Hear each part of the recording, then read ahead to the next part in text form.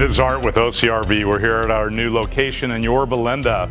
So the Woody, it was time for it to come down and get some serious maintenance. We just had all the intercoolers, oil coolers, radiators, all the hydraulic fans, all the hydraulic lines, intercooler lines. This coach is 20 years old now, so it was time for some serious attention. So we're just getting it back together right now. We've added 4 electric cooling fans for some added cooling capacity. We pull a big stacker trailer with this thing. Thing's about 80,000 pounds going down the road, all loaded up.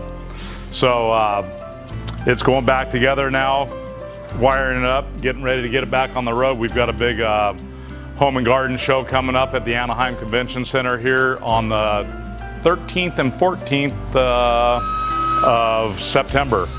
So see us there.